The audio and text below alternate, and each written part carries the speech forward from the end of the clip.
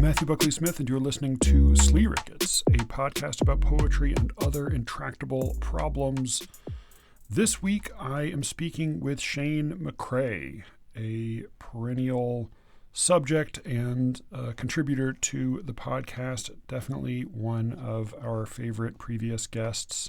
I realize there's so many great people I have spoken to in the earlier years of the podcast. I need to go back and check back in with some of them. But I'm very glad to have gotten a chance to check back in with Shane.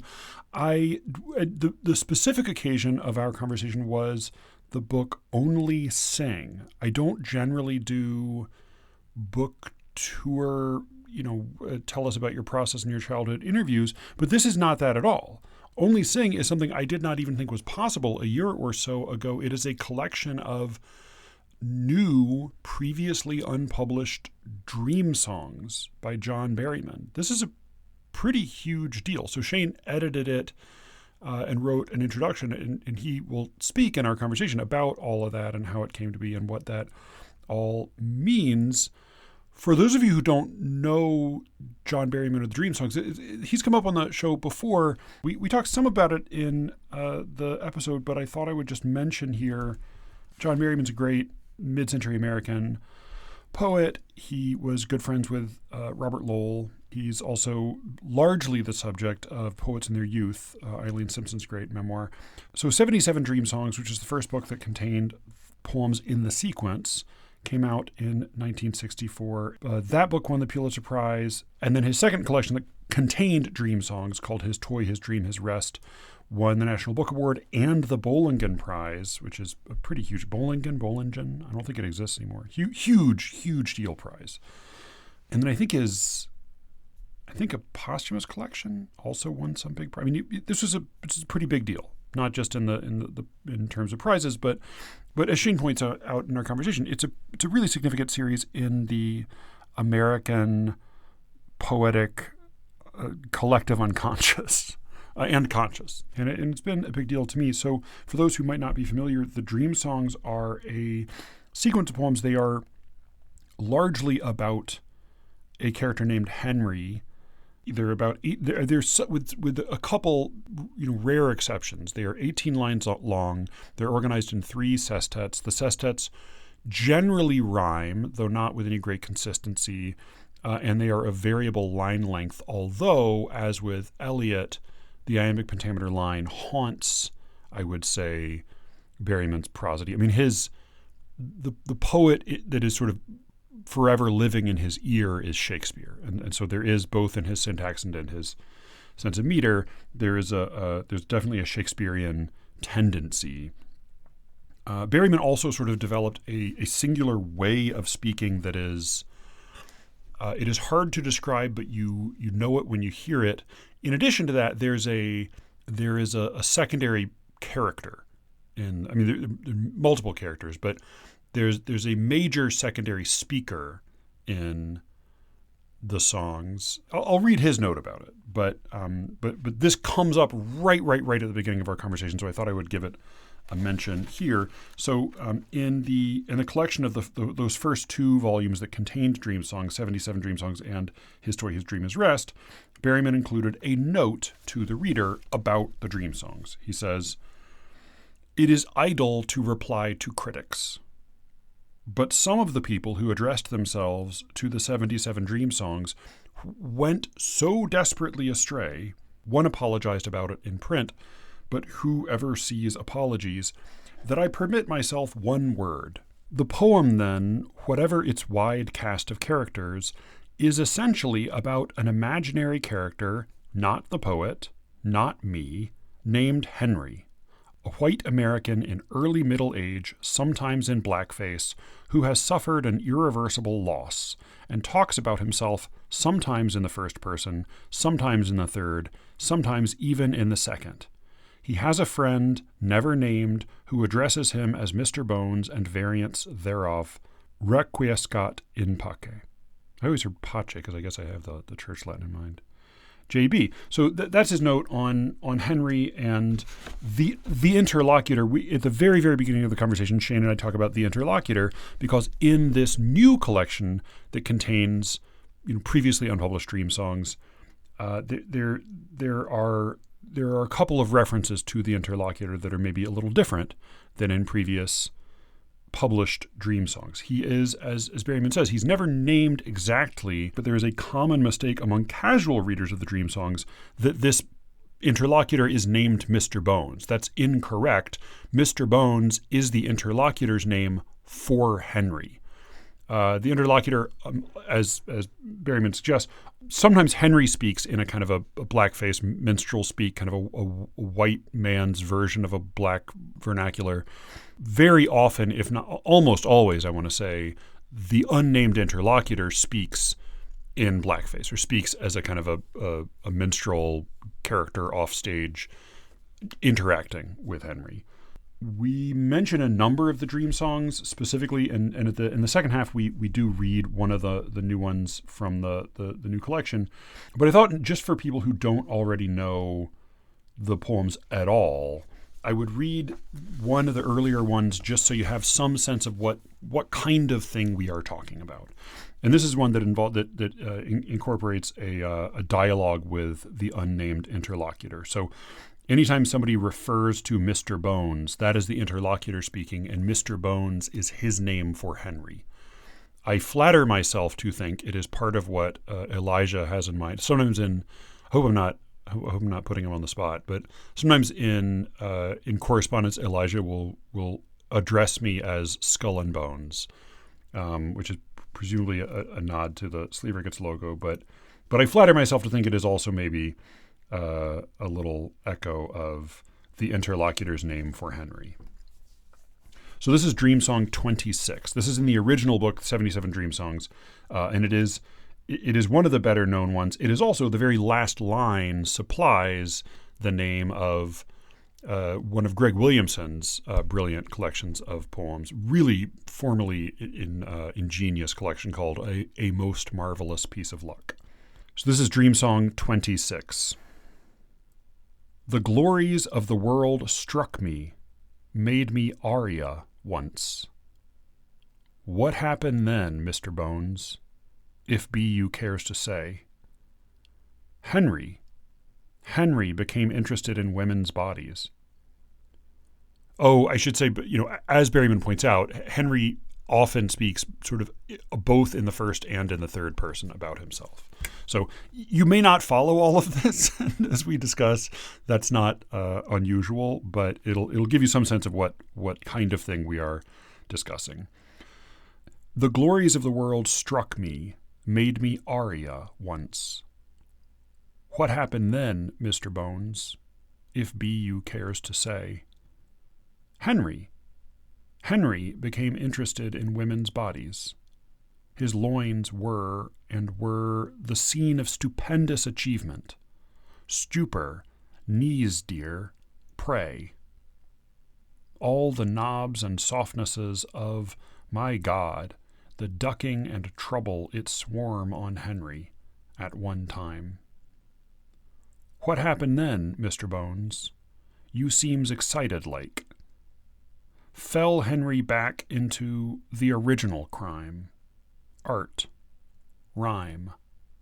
Besides a sense of others, my God, and a jealousy for the honor alive of his country. What can get more odd?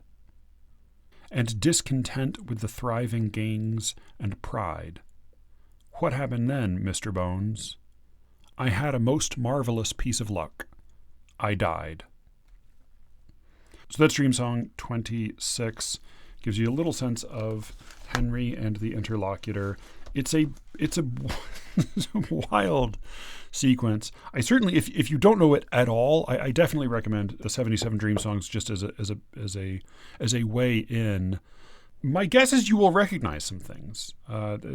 Shane quotes a passage that comes up in Game of Thrones. Another one of the poems that comes up, Dream Song 29 comes up. I think it was 14 that comes up in Game of Thrones. 29 supplies titles for a bunch of episodes of Succession. It's a pretty big part of the 20th century American imagination. And for those of you who do know the Dream Songs, I heartily recommend Shane's edition of he's the title is Only Sing.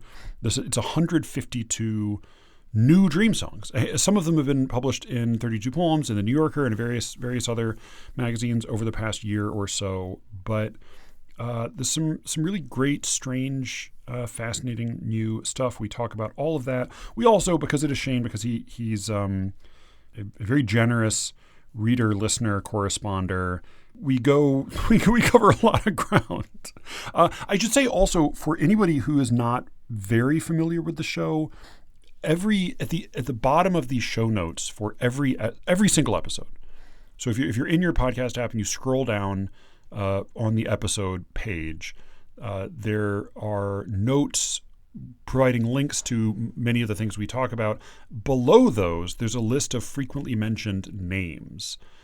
We do talk about Elijah. Elijah, of course, is Elijah Perseus Blumoff of Versecraft and various other things. We talk about Alice comes up, Cameron comes up, the other, two of the other co-hosts. Alice, Brian, and Cameron all have notes, for their links to their other things they have a sort of a special section at the bottom of the show notes. But please do go there. We can never.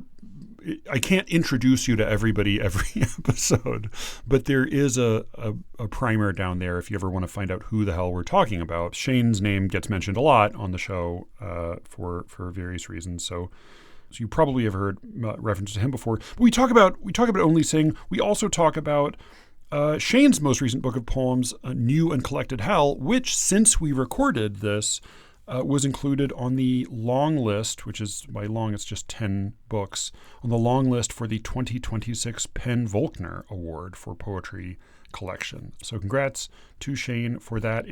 That's another wild book. We talk a little bit about that. We talk about the role of the American epic, or the non-existence, perhaps, of the American epic poem, the state of contemporary poetry, hazards and opportunities of the workshop, Elijah's ideal poetry school, and Amanda Corbin's double-edged contribution to American poetry. In the second part, which is going to be on The Secret Show, Shane gives a pretty moving, long, impromptu speech arguing that poetry makes things happen. Arguing, in fact, the sort of the thesis, if you were to title his speech, you might give it the title, "There is no mattering without poetry," a thesis that is a pretty strong refutation of some of the things that I've said on this podcast, but it's very well put, very smartly argued. We talk about completism, both posthumous and pre-humus. We talk about what the Dream Songs has to do with The Devil Wears Prada. We talk about goth band genealogy. We talk about various approaches to poetry readings, what we love about them and what we hate about them.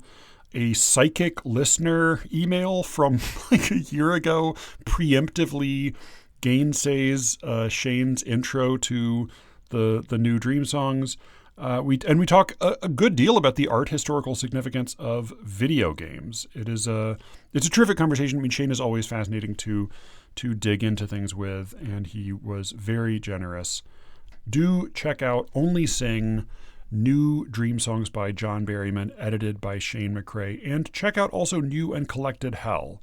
I have maybe my dumbest question first, because I was trying to find this other part of it again. There were two little moments in this book that I just raised a small eyebrow, because I thought, I found one of them, I was trying to find the other one. It seemed like he referred to his interlocutor in some definite term. There was one that I was trying to find, I can't find, where I want to say he called him Green One. I can look it up. Let me see, hold on. Okay. Green One. So no, my green friend. On page 31, Haywire and Jussive, his own time cramped down. Okay. See, Mr. Bones, use remorse. True, my green friend. Thought, hey, that's something. That is something. I guess I hadn't, I mean,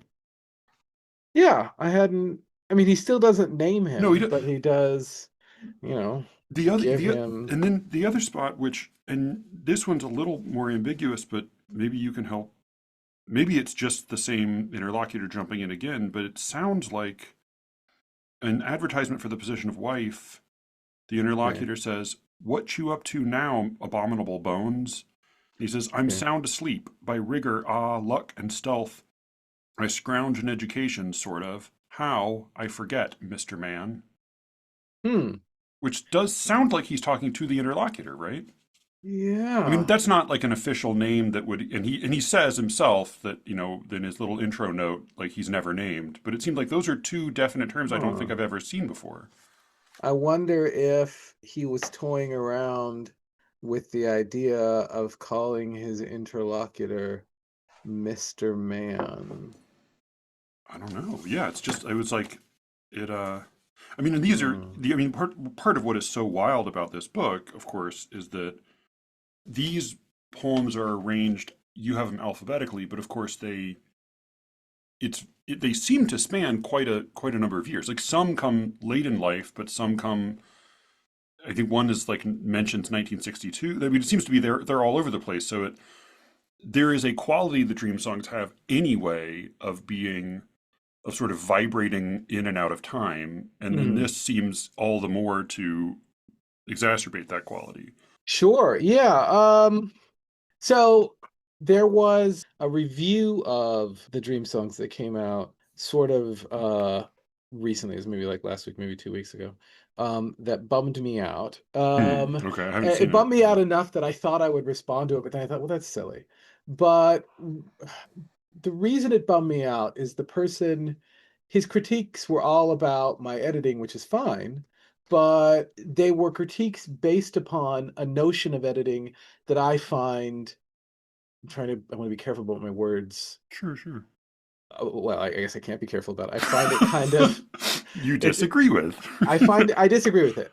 Okay, that's good. So, and his critiques were things like, you know, essentially I let the book down in a number of ways, one of which was not imposing an order on the book or based on my notion of what the chronology was or Oh, based on okay. my notion of what the subjects were.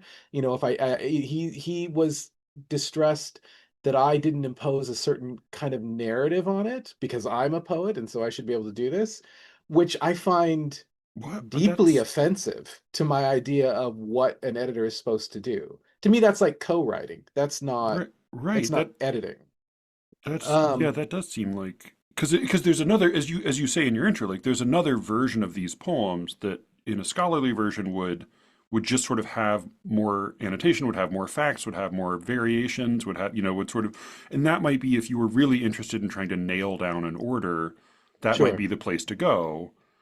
Yeah. And you wanted to present them here in a readable format, but I think unless there was a unless there was an explicit, clear, obvious order, then it seems like it would be a real interpretation for you to Yeah. place them in. Yeah.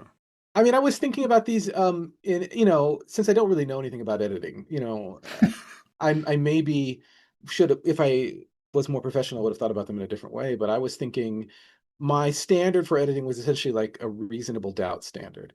Hmm. If, there are things that this person who did the critique registered as obvious errors that I should have corrected. And my thinking was if there was any chance on earth that Berryman could have made the decision that he made on purpose, you know, Yeah. then I wasn't going to change it. Like, for Because you did change example, some obvious I did errors, change right? a few things. Yeah. Like if the word the was written HTE, I Yeah. will change that. Yeah. But like there was this Russian poet whose name Berryman misspelled, and the reviewer listed that as an error I should have obviously corrected. But the thing is, if you do a little bit of research, the misspelling that Berryman used was a spelling that also appeared in the New York Times, that it would have been very likely that Berryman could have first encountered that name Yeah. there, Yeah. Yeah. spelled in this very incorrect way. It was an honest Um, misspelling. yeah, I think it was an honest misspelling. And Yeah. so Berryman had such a refined ear. I tended to think, even if these things are striking other people as errors, I wanted to keep them the way that Berryman wrote them. And with regard to what you mentioned at the beginning, the timeline of everything, there's a way in which if you don't impose a kind of chronology on it, it does the work that I think Berryman really wants the dream songs to do, which is this work of kind of taking in as much of the century in a way as possible. I think the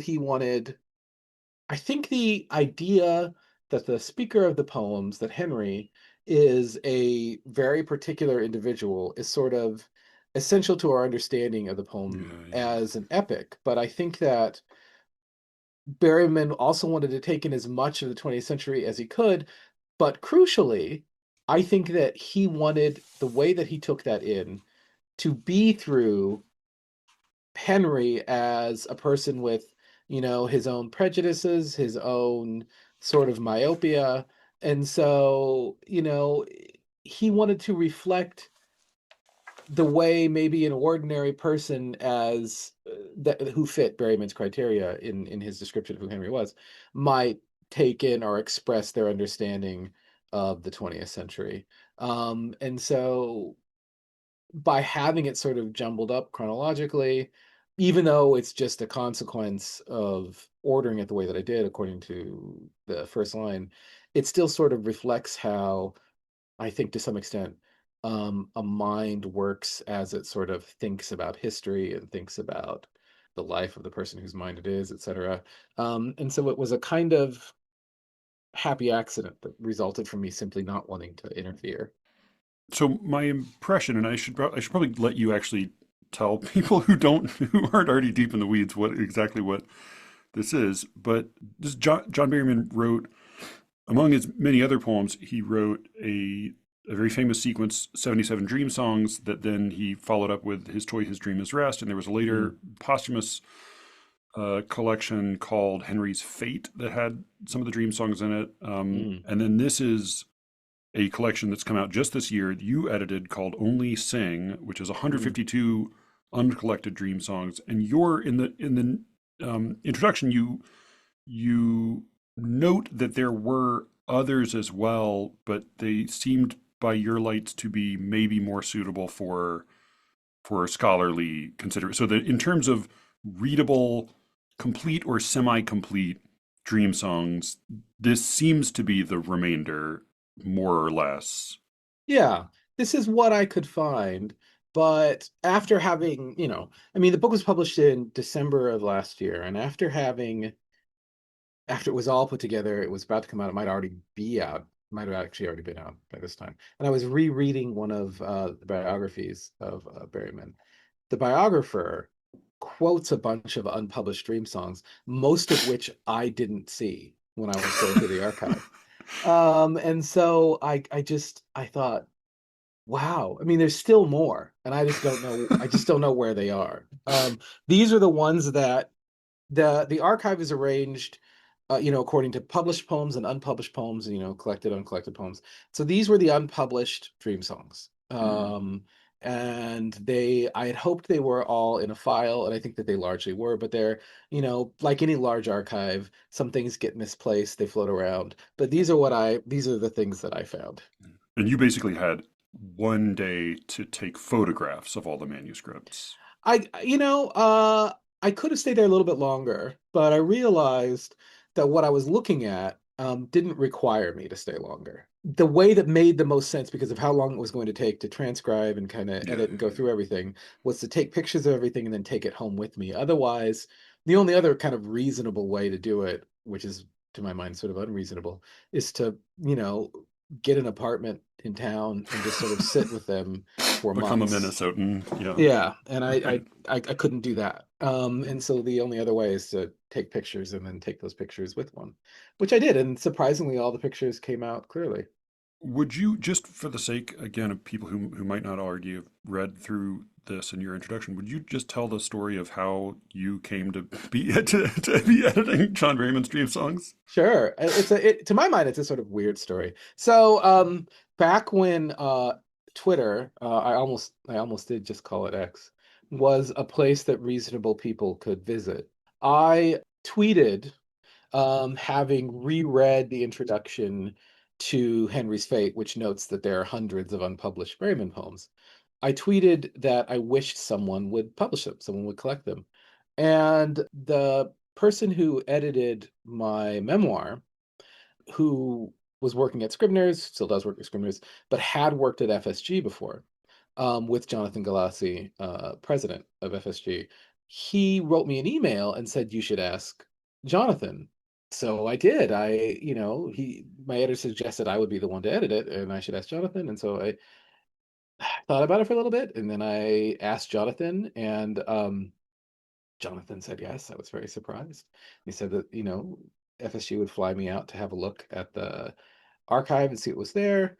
And that's sort of what got it rolling. It was sort of partly it was due to a degree of surprise that this poet, whom I consider to be a major American poet, certainly, that there's just so much unpublished work. If the introduction to Henry's Fate is correct, that there are hundreds and hundreds of mature poems that are just not published anywhere, I found stunning.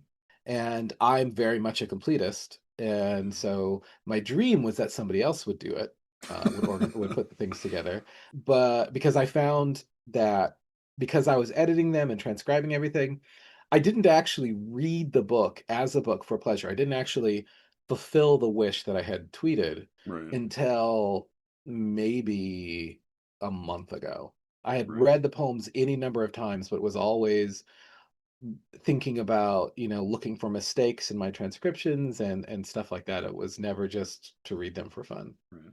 And to read them, in a like nicely typographically laid out, clean, pretty format on good paper in an edition that's handsome Yeah. and that echoes very clearly the design of the old edition of the Dream Songs. Yeah, I wanted it to look like it was, just another, entry Yeah, in that group of books.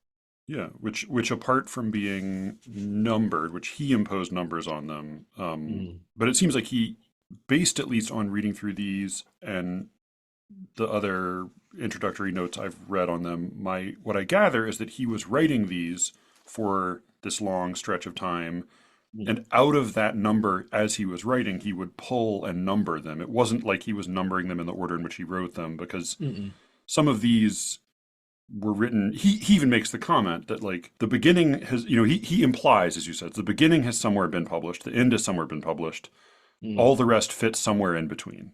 Yeah, and he had multiple beginnings and he had multiple endings and multiple visions for the various editions. Like the one that became 77 Dream Songs, I think was originally 75, and then Yeah, for a while it was 76 before it became 77.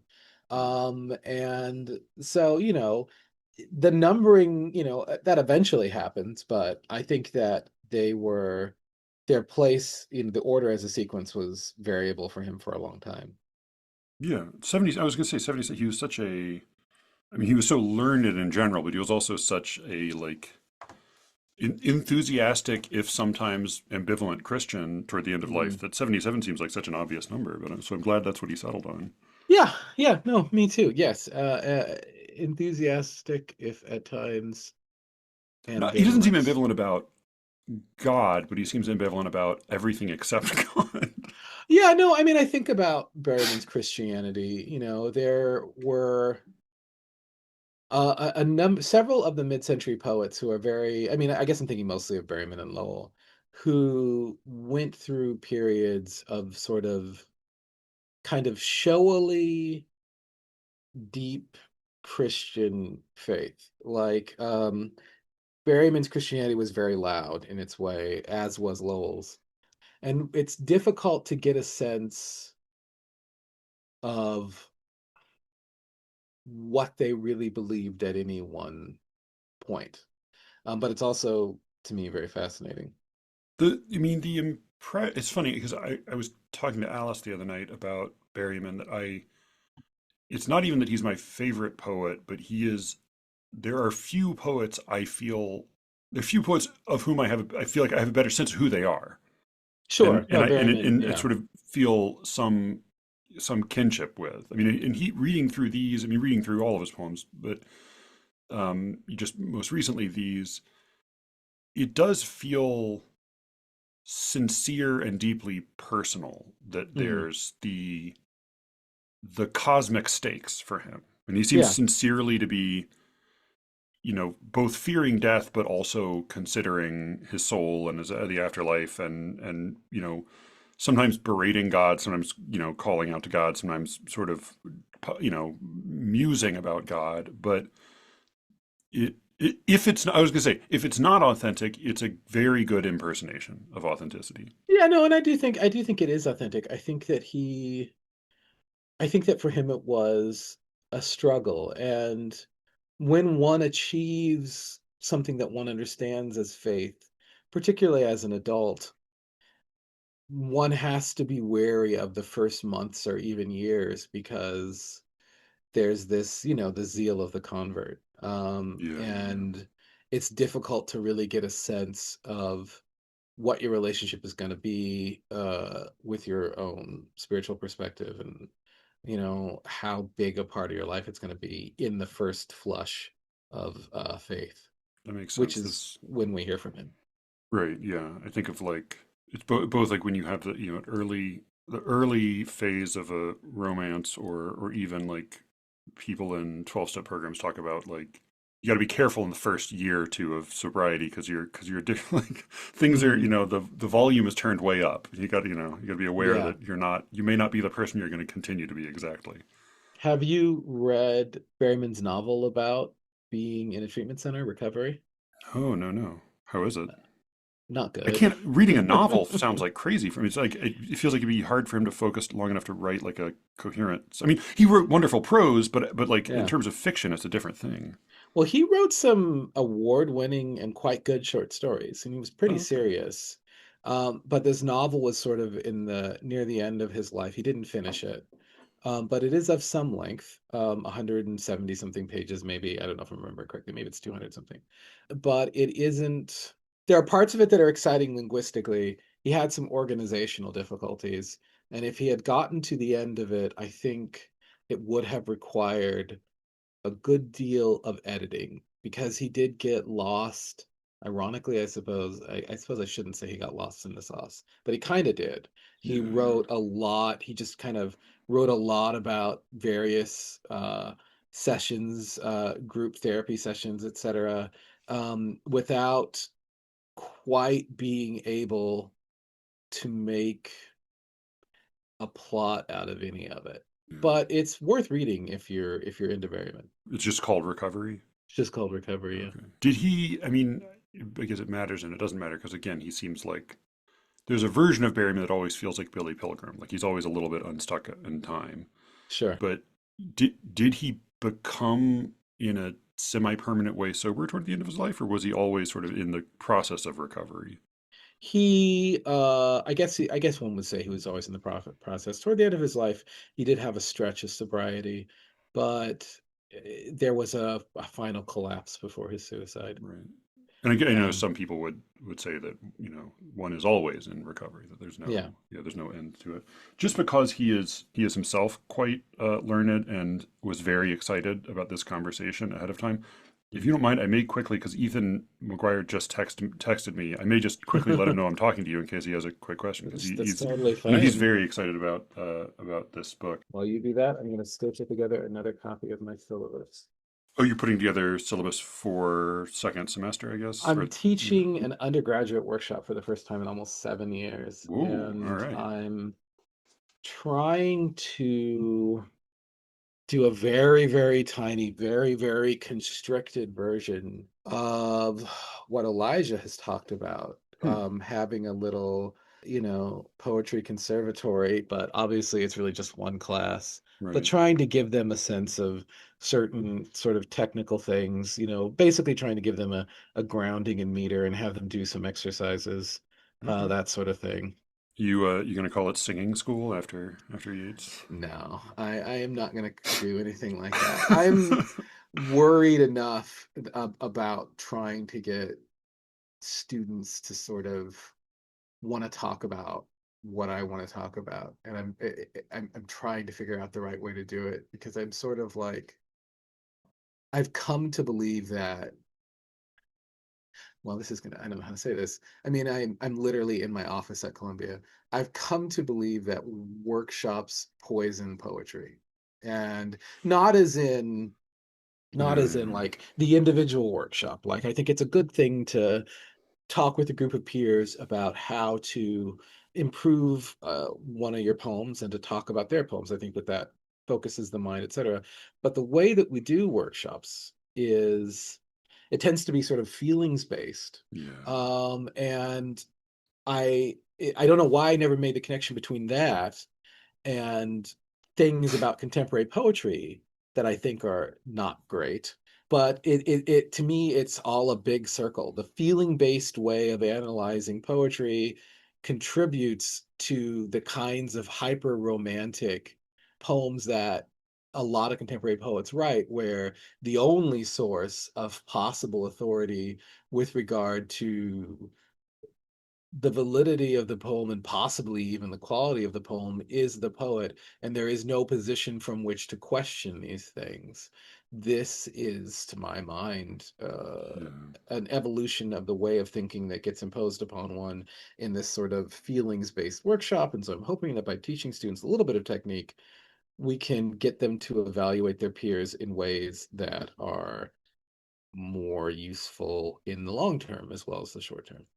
It's funny. I've been doing workshops again for the last few years, but they've all been fiction. And it Mm, does, I mean, partly because I'm talking to adults, so it's a different group of students, but also it does feel like at least the way I'm approaching it, it's mostly a kind of a crunchy plot and structure class. And yeah, that's that would be that's great. mostly what we're really focusing on. And so it is, I mean, it's funny, I had that feeling very much that you're describing taking workshops as a grad student, but I think it's partly because it felt like there's something about writing lyric poems that attaches to one's identity and attaches to a sense of ineffable magic. And so Mm, then workshopping that with a bunch of people, some of whom one is sleeping with, feels like a formula for chaos, or at least for sure. self-indulgence, if nothing else. But yeah, Yeah, laying down some real structural markers seems like it could really help. that's my dream. Who knows? So would you, because you put out a premise or a thesis in the beginning of this introduction that I was more convinced the second time around, but I'm kind of curious about it Hmm. because it's a kind of a double thesis. It's one about the nature of the United States, and Hmm. and then also about the dream songs. And I mean, about the American literary tradition, which is that Hmm. there is no real true American epic poem that is Hmm. successful. Hmm. And you mentioned one I had not heard of, which I now need to read, Alette's Descent. Descent of Alice Descent of Nile. Yeah, Alette, yeah, by Alice Notley, yeah, which I've not read. Um, that one I think works. okay, but it's not in its essence American. Like it doesn't. No, that was the one that I provided as an example of it was the exception that proves the rule. Like I think Okay, that one works. Otherwise, America has produced no. I mean, my terms were fairly narrow. sure, No, sure. what one would call traditional epic that Traditional succeeds. epic, yeah, yeah. We've written there have been some epic poems, but with regard to structure, they all kind of collapse at a certain point. If your model for how an epic poem should be structured, should have, how one should look is, a more traditional epic, then we haven't done a good one ever. It's funny because you do say that of all of the epic heroes, the one Henry most closely resembles is the the narrator, the pilgrim in the Divine Comedy. And that one I would say maybe even structured. Obviously, the Divine Comedy is very meticulously structured, but it is not really plotted. Hmm. It's a very carefully arranged panorama of cells and episodes and parts. Yeah. And that is something, the Dream Songs is more like the leaves of the Sibyl kind of scattered by the wind. But Yeah. but it is you kind of propose something similar, that this is an epic, almost an epic by critical mass somehow. Yeah. And I mean, well, I think that Berryman's concerns are epic concerns, and I think that what he's trying to do is make epic work with sort of the contemporary model of the major long poem. Berryman, at the beginning of the century, the beginning of the 20th century, certain rules are laid down for how one is to be a major poet. And two of those rules seemed to be you write a significant mid-length poem, aka The Wasteland, and you write a significant epic. Of course, Eliot didn't ever actually write a significant epic, but he seemed to be sort of the exception to that rule. Yeah. But if you put Eliot and Pound together, then you kind of get the whole deal. And so Berryman's significant mid-length poem, still underappreciated and I think deserves its own scholarly edition. One of the great poems of the 20th century, Homage to Mistress Bradstreet. Yeah, it was And wild. yeah, yeah, it's really something. And the Dream Songs is his epic, and I think that the way that he's trying to do epic, he is trying to have a hero who in some sense is representative of a culture. And the difficulty is one of the difficulties is that his time doesn't present him with situations upon which to exercise his heroism. Odysseus could have any number of encounters that we would think of as completely imaginary and still be a credible part of actual ancient Greek life because there was so much information that was being filled in by myth. Like you could What? theoretically find descriptions of 20 more islands that he'd visited, and Yeah, yeah. it wouldn't fundamentally change the sense of who he is. No, what Henry couldn't, he couldn't have an encounter with a Cyclops, Right. and so Berryman has to figure out how do I make this kind of representative hero? And if this representative hero, can't find himself stranded on any number of islands, etc., what are his struggles going to be? And so his struggles tend to be internal, and so what Berryman ends up having to portray in one way or another is the inner landscape, and which is perfectly in line with particularly how the mid-century poets envisioned like the sort of area for exploration of the 20th century.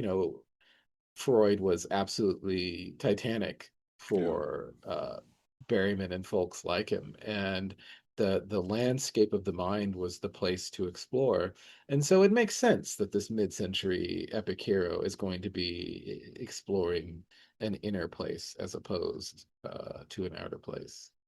You present the analogy of the United States, which is sort of always something that is slightly more than the sum of its parts. If you look at the states, Hmm. there are these individual pieces that make up the country, but then there is this also semi-conceptual United States, and I think that it's a pretty functional analogy for the dream songs. It's funny, the one that I experience when I read them, because my feeling with a lot of, I mean, with a lot of his poetry is it's not that it's not that it always feels like individually these are individually successful poems, but I feel like there is a very compelling sense of the mind of this person that emerges Hmm. over the course of a certain number of these poems. I mean, and it's reading his poems in general, but then the dream songs are a particular focusing of that person. It's sort of like a certain region of John Berryman or whatever you want to call the mind of Henry. That Yeah. it's almost like nerve cells that when you get enough of them and they're organized in just enough of a way, it starts to create a ghost begins to be present. Yeah, I think that that's accurate, and I think that that's the way to do epic. I mean, every so often, or maybe it's not even every so often, maybe it's much more frequent than that. Maybe it's almost all the time.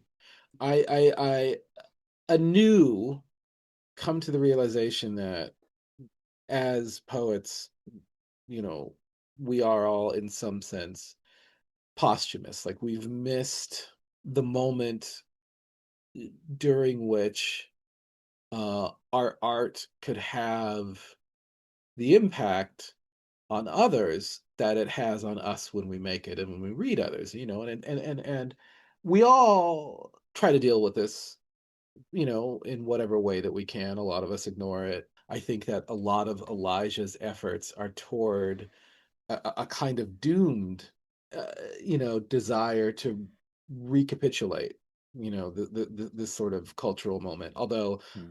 I'm very grateful for Elijah's efforts, and I kind of I endorse a lot of them. I was going to And say, even reading your introduction, when you were saying there is no traditional American, I could already hear Elijah's engines revving, in sure, response to that challenge. I would love to, if Yeah. Elijah could find one. I mean, there have definitely been, certainly amongst folks involved in expansive poetry, a number of what we would call traditional epics, but I have to say, without slighting any of their authors, I think that they all fail rather dramatically. Yeah. And when Um, you say this is the term I first heard from Brian Bridger, who was reviving it from somebody mm. else, but this is sort of the less pinched version of a contemporary formal poetry. Yeah, I Yeah. mean, I would rather just say new formalism because I like it, but that's not even that hasn't been a relevant term for Yeah. decades. But yes, it's contemporary formal poetry. But Berryman tries to recapitulate this gone world by adapting certain aspects of the epic to um the contemporary, to what to him is the present moment.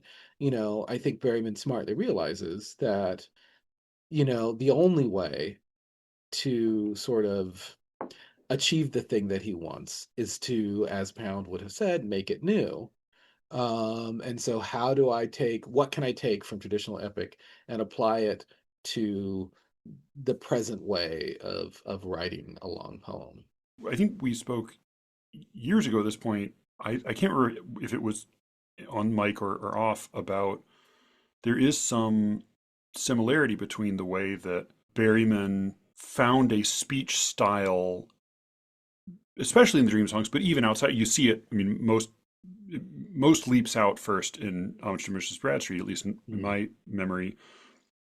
He finds this speech style that sort of allows him to overcome the kind of the brittleness of English syntax. Right? English syntax mhm, wants to be in a very strict order, and that fights against some of the play of sounds in poetry. And earlier eras of poet were able to invert syntax and play other games. And so he finds this way of speaking that allows him to mess around with that a little bit more and gives mhm, him more flexibility. And you have in your poetry, I call it a stutter, but there's whatever you want to call it, there is a certain speech style that you found that allows you to play some similar kind of games.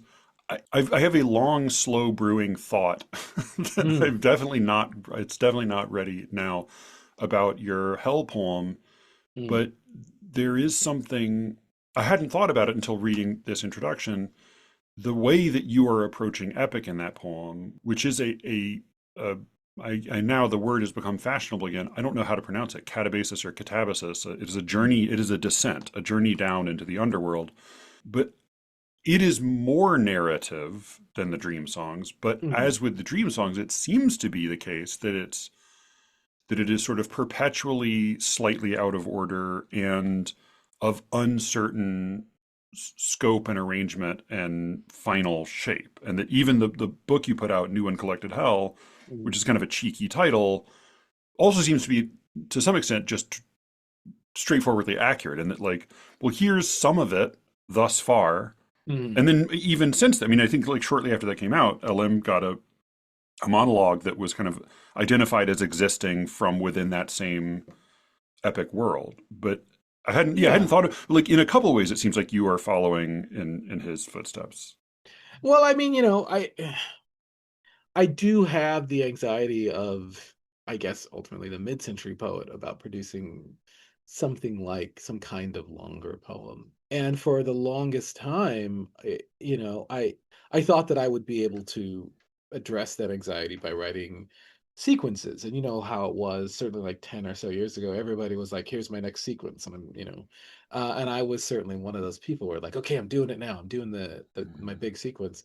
And that it ended up being a narrative that's in its way fairly epic was kind of a surprise to me, largely because I didn't know anything about writing epic or narrative and I didn't think I could do it. But also because, as you say, the Hell poem was its own thing. It was about 30 or so pages long. And when I ended up doing New and Collected Hell, it's because I kept writing episodes in the narrative involving these characters.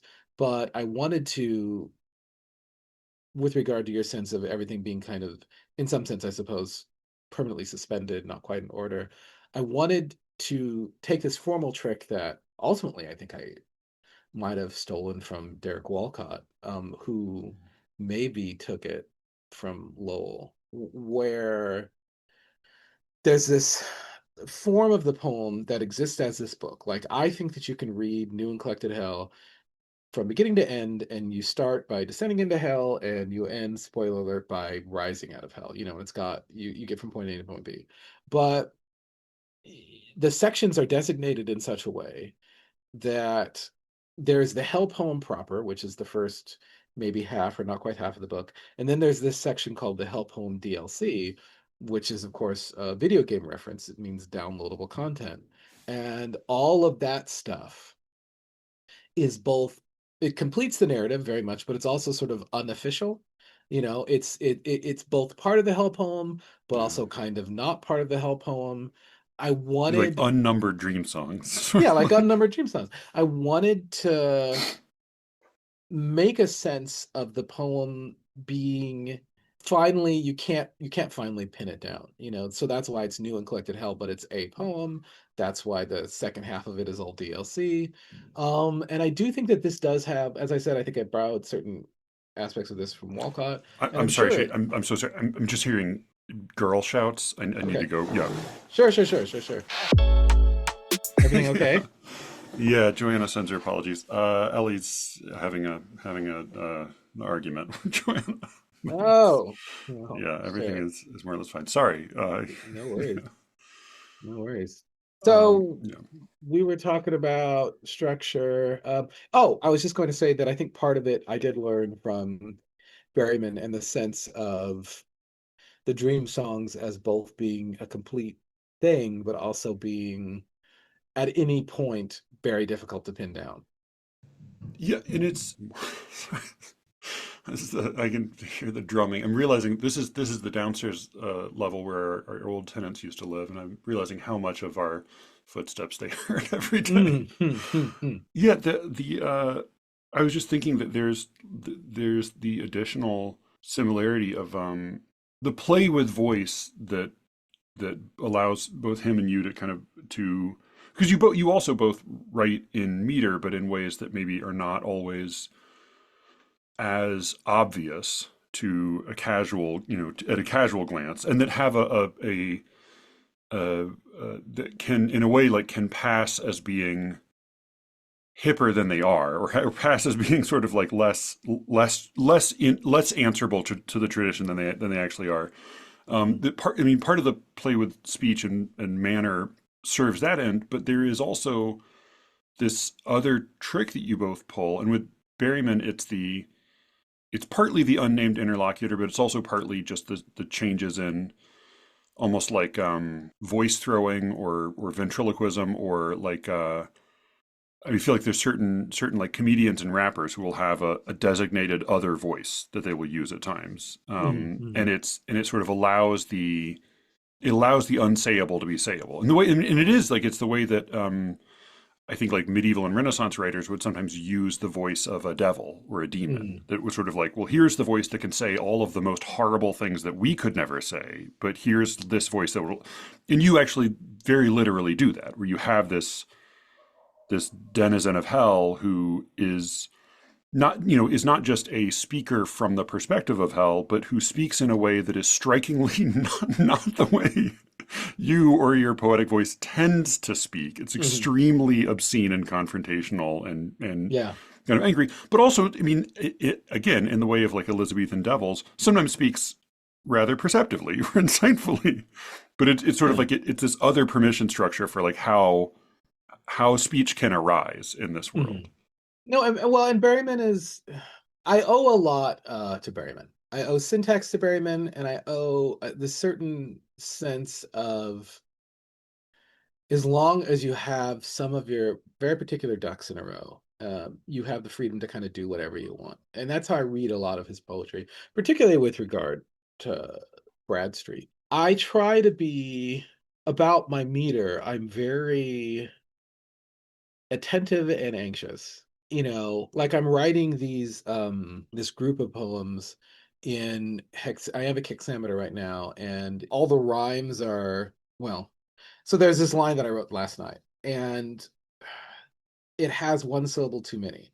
And I understand that the syllable can be accounted for if you elide it in a very common way that has been used in English verse for hundreds of years. But of course, I don't write out the elision. It's it could be elided as twould, but nobody Right. writes Yeah. that. Yeah. And so I'm very anxious. Like, will anybody notice? Will they just think what I worry, and what I'm actually fairly confident does happen, is people think I'm just throwing, anapests in there. And I'm always thinking, no, no, no, you can account for every one of these syllables according to very particular rules that have been around for hundreds of years so that it is all still technically correct. And my feeling is, and I feel like I've gotten this from Berryman, that if I worry about those sorts of details, then with regard to the language itself, with regard to syntax, I can be very, very free. I can be, as wild as I want to be, because underpinning it is a great degree of rigor. And so it's difficult to say, oh, well, you're just doing poems wrong, because I can say, well, no, this is iambic hexameter, and it's just that I like to phrase things in a somewhat goofy way. And I found myself lately, I'm more interested in rigidity, and I lately I want my rhymes to be absolutely dead on all Yeah. the Yeah. time. Although some of them are sight rhymes, but I Right. want there to be very traditional rhyme, very audible rhyme. And I think there's this, yeah, combination of freedom and rigor that, to my mind at least, I get from Berryman. I have had a kind of I've wondered because there was a pattern in mid-century of formal poets becoming more free verse poets. I think of Warren, James Wright, Robert Mhm. Lowell, even Berryman. There's always a little. It's just like there's a little bit of a funny flavor even in his earlier writing, but Mhm. it was very common for Adrian Rich. Like, I mean, lots and lots of poets would write more in meter and rhyme and then less. Gwendolyn Brooks, slightly earlier. But there's this other kind of counter pattern I feel I have been aware of and in my own just in my own impulses, and I've observed it in Maury Creech's poetry, I'm wondering in yours as well if in coming more to meter and rhyme, having already learned how to write in free verse, as you begin to become more interested in meter and rhyme, it kind of cinches a tighter hold on you, and Yeah. you become sort of less tolerant of your earlier looseness. Oh, I'm very intolerant of it. Yeah. I've talked, Cameron was at a lecture I gave at Cambridge about this, and so this will be overly familiar to him. But and I can't remember if we talked about this last time we talked. I think maybe we didn't, but it's possible. I've come to conceptualize meter and rhyme and attentiveness paid to it, honor paid to it, as the way in which the poem expresses its will and resists the will of the poet. So that, like, if you want the poet to be able, or the poem to be able to talk back to you, if you want to have a conversation, if you want the poem to exist in such a way that you don't have absolute, like, clutching dominion over it, you give it some sort of formal identity that allows it to resist whatever whim you might have with regard to it. And so, to my mind at least, meter and rhyme are almost a moral necessity for at least how I conceive of poetry. And so I find there's this give and take, but there's this also engagement with the poem as a being, or at least as something capable of expressing a will, that I just don't, I never got with free verse. I kind of think I think you can always hear a slight hint of the poem speaking back to one. But like, these poems that I'm writing that are in hexameter are also in terza rima, and I tend to find that when I get to the end of one, because I'm being incredibly strict about my rhymes now, Mm. they're very difficult to end. Yeah, yeah, yeah. There are certain things I have to accommodate, certain rules, and I can't just step out of the poem however I want to. I have to respond to the poem's demands upon me. I have to answer to the poem's expression of its own will. And I find that thrilling. I find it just a sort of a wonderful thing. You're making this thing that is speaking back to you as you make it and telling you, don't make me this way, make me this way. I find it just so thrilling. And it's been years since I've written free verse, but there was, for me at least, a degree of self-indulgence with free verse that I just don't like it. I mean, we are ultimately always indulging Yeah, yeah, ourselves. yeah. Me doing this, thinking metrical poems this way, is still self-indulgent, but there's Sure. this kind of unfettered self-expression that I just kind of don't like about writing free verse. You are originally a Texan, is that right? Because you grew up on the West Coast after your grandparents kidnapped you, but you were born in Texas, right? I was born in Oregon. They Oh, kidnapped me okay. to Texas when I Oh, was 3. sorry, I got it backwards. Never mind. Totally But fine. you spent time in Texas, unlike me, so you may have a clearer opinion on this. But my Mhm. very limited experience with horseback riding as a Mhm. kid was that, I mean, especially as like a scared little scrawny kid getting up on a giant animal, Yeah. you can impose your will on a horse, but only within certain terms. Yeah, sure. Yeah, And it's it like that. feels like there's something to, I mean, down to like there's a regular rhythm, and like Very I will much. do what you tell me, but only within this pattern or that pattern, but Mm. not some janky in between pattern. Yeah. And you can't turn me exactly where you want me to at exactly the moment you want me to. You have to also listen to me. Yeah, exactly. And this is the problem that I'm thinking about with regard to my students and the syllabus that I was talking about earlier, how to convince them that writing poetry is an art. Because culturally, we kind of don't treat it like an art. An art is a thing that, in one way or another, presents us with challenges in the making, Hmm. Yeah, yeah, yeah. or at least in the preparation. We've got to study for it. Poetry is the one art that I can think of that everyone is just assumed to be able to do it. So we ignore the idea that there are challenges in the making of poetry. We sort of write it as if writing poetry is equivalent to writing a diary entry or writing a letter to a friend, but we want it to be treated as an art equivalent to composing like a violin concerto or something.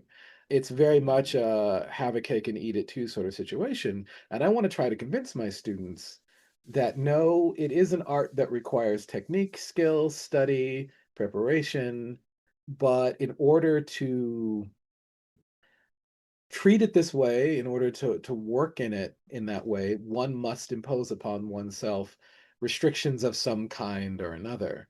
Even if, I'm willing to define restriction very loosely, even if restriction just means I have spent a good deal of time studying poetry so that I understand what poems are like and how they work. That's a kind of restriction, as opposed to the freedom of just waking up one day and deciding one is a poet and writing a bunch of poems. Mm.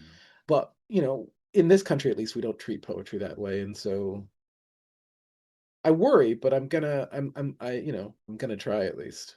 I think that idea that anybody can write a poem and that it's even sort of there's something immoral about imposing a standard on poetry or resisting somebody's initial impulse to write a poem in a Mm. particular way, that does seem attached as well to the kind of the unspoken premise of a lot of poetry workshops, which is that this is almost something you have by right as a means of expressing your true inner self, Mhm. and to challenge somebody's poetic technique is to challenge his inner self. Yeah, sure. It's funny because I was thinking like because Alice and I were talking about this ballroom dancing movie the other day, and there is a way people talk about dancing, which is perfectly reasonable because people go to parties and it's nice to be able to dance, and most people are not good at dancing, but we all say like, hey, the important thing is just get out there and have fun, and that's true, Mm. and you should. But we say things about dancing like, hey, the important thing is you get out there and have fun, but we also all definitely understand and immediately recognize that there is such a thing as being good at dancing. And Yes, like you can sure. see there's so many varieties of dancing, but Mm. you see the difference between somebody who actually knows how to dance and somebody who's just out on the floor having fun. And we Mm. seem strangely to have lost that perception with like we have a harder time saying like, oh, that is a real thing you're doing versus you're just Yes, having fun at a party. very much. That is the problem. Yeah. And so, yeah, I want my students to understand that there is real skill and real technique, and I would like them to develop the skill and the technique. Would you be more hesitant to employ this approach with graduate students, like because they've already kind of arrived at a certain idea of what they're doing, or No, I do this with graduate students too, and it seems to be okay. I mean, I think one sort of has to do that, with graduate students, because I think that what will end up happening is that they will have gone through a lot of workshops where there isn't a lot of this kind of rigor, which, that's the model of workshop that raised me, and there's definitely something to be said for it. And I'm not trying to say, don't ever workshop that way. But I do think that what can end up happening is, you know, people want to use words like form, etc., when they're talking about their poems, but they don't really know what it means, And so, they'll say, I'm paying a lot of attention to form in this poem. And if you're not actually inside that poet's head, and even inside that poet's head, actually, I'm not entirely sure you'd find the answers you want. It's very difficult to understand what they mean. Like, do they yeah. mean the shape of the poem on the page? Are they thinking about how the lines correspond to some, I don't know, syllabic model or whatever? And but words like that have been largely sort of evacuated of meaning. And so if your chance to talk about this stuff is grad school, then that's when you talk about it. But I'm happy to do it, and students seem okay with it. There's a version of grad school or singing school or some sort of poetry school that I could imagine following the model of like a lot of like Buddhist parables where Hmm. you have like the story of the student who goes to the master to learn, and that part of the point of the parable is the thing he thinks he's going to learn is actually beside the point of the thing he's going to be taught. Sure. You get that like when you don't go to an MFA program. I mean, some people do, but for the most part, if you're going to an MFA program, you have some experience, you have some idea of what you're after, you have Hmm. some idea of like, well, I know I'm this artist, and I need this. Maybe I need to refine this more, and I need this, qualification. I need this, degree, and this is a means to the end of the art that I am pursuing. Hmm. And then there's a version of a school like that I could imagine being really helpful, which would be in part a I mean, in the Buddhist parables, it's often like you get whacked on the head a bunch, but it's Yeah. sort of like a reorientation. Like, well, this is what brought you here, and it's related to the thing that I'm going to help you understand, but it's actually Hmm. not the thing you thought you were getting.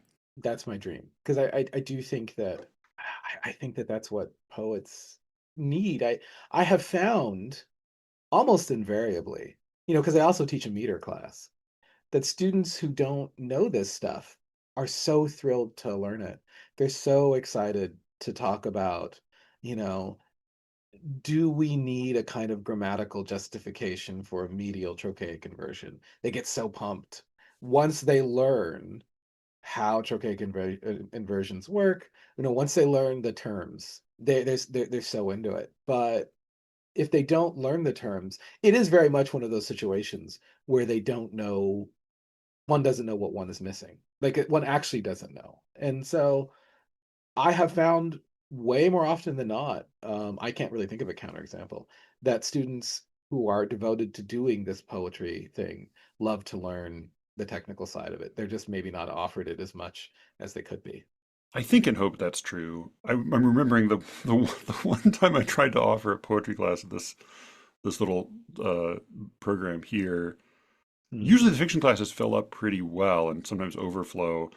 And I put out a proposal and they advertised a class that I think it just called it meter and rhyme, and then I had a little paragraph describing it, and Yeah. I had a total of one very enthusiastic sign up. That was it. Yeah. But I yeah, call my yeah, yeah. I What do call you my call it? meter class How to Write Poetry. That's okay, right? See, that is probably smarter advertising, right? How to write and read. And but they want to learn it. They want to, eh, I love teaching that kind of stuff, and they do that kind of thing, and they do want to learn it. But yeah, I think that, yeah, it does partly depend on how you present it. And I also think that the environment with regard to meter and rhyme has changed Yeah. over the last like 5, 10 years. You get people kind of talk about it all the time in sort of mainstream circles, trying to figure this stuff out again. And so I think it's a good moment for doing that kind of class. I had an interesting offer and counter offer recently where at my daughter's suggestion, she's taking a creative writing class, and I Mhm. offered to come do a spiel. I did like a couple of years ago. I did a spiel on Sonnet 18 for her fourth Mhm. grade classes. Well, I'd be happy to come and talk about a poem or whatever would be most useful to you. If you would like, let me know.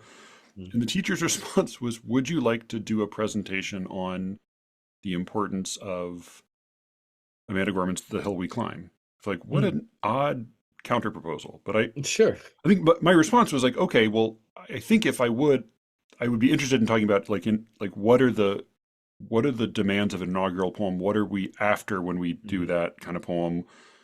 What are the successes and failures, and sort of like what is how might that be different from another kind of poem we would write? And the response to that was silence. But I think Mhm. another like pretty legitimate argument you could make is that one of the real virtues of that poem is that it was a very public reminder that if not meter, rhythm and rhyme sound really good and are cool to be able to do. And Sure. like that's a fun because as little as I'm really interested in that as a poem, as a piece of writing, it is about 1,000 times more fun than the inaugural poems that preceded it.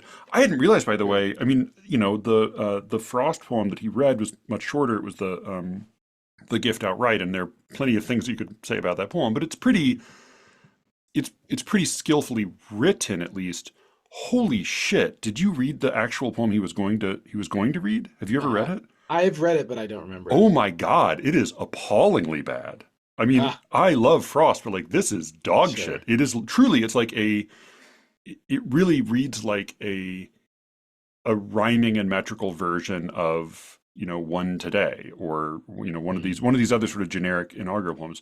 The that's too least bad. worst of them seemed to be Miller Williams, though it was still pretty awful. And yeah, and it was nice at least to sort of like have that as a public, conscious, agreed upon reality that like, hey, poetry can sound good. It Yeah, can just sound good. it can sound great, It would be nice to learn how to do that well, wouldn't it? For me, the linguistic aspect of the art is the primary aspect, and content, etc. We've had many discussions about this, information, etc., is sort of not beside the point, but it's not the first thing. The first thing is sound. So yeah, no, it is nice to be reminded that a poem can sound good. It can be exciting, it can be clever, it can be, yeah, you know, yeah. That poem does provide that service, and I'm grateful for that. That was the first half of my conversation with Shane. You can check out his book, New and Collected Hell. There will be a link in the show notes to that. You can also check out Only Sing. If you'd like to listen to the rest of our conversation, it's on The Secret Show at SLEERICKETS.substack.com. Just put in your email address and I'll give you a week's access for free after that. It's really cheap. If you have some expendable income and you would like to support the show further, you can sign up as a founding member. It's a little more every month and it makes a big difference. If you would love to listen to the show, but you have some financial difficulty, just write me a note at sleeverickets@gmail.com and I will hook you up. Thank you all for listening. Go check out Berryman, go check out Shane, and with any luck, I will be speaking to you again very soon. Until then.